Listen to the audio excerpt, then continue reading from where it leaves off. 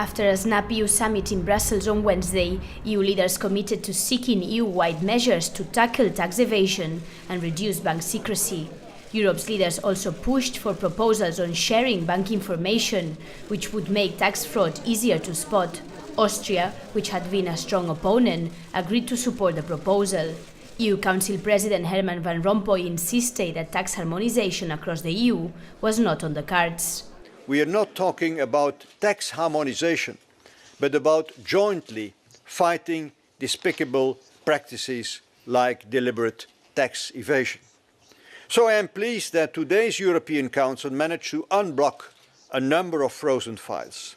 The Union is now in a position to start negotiating straight away with Switzerland, Liechtenstein, Monaco, Andorra and San Marino to ensure these countries apply EU standards.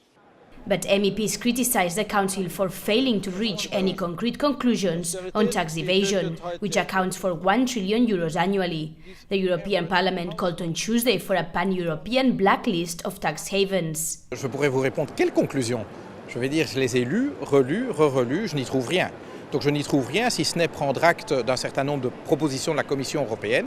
Et donc là, on peut créditer la Commission européenne d'avoir une véritable volonté d'agir contre la fraude fiscale pour une harmonisation de l'impôt des entreprises. Meanwhile, EU leaders also held a 2.5-hour discussion on energy aimed at lowering prices and boosting the union's industrial competitiveness. No major decisions were taken.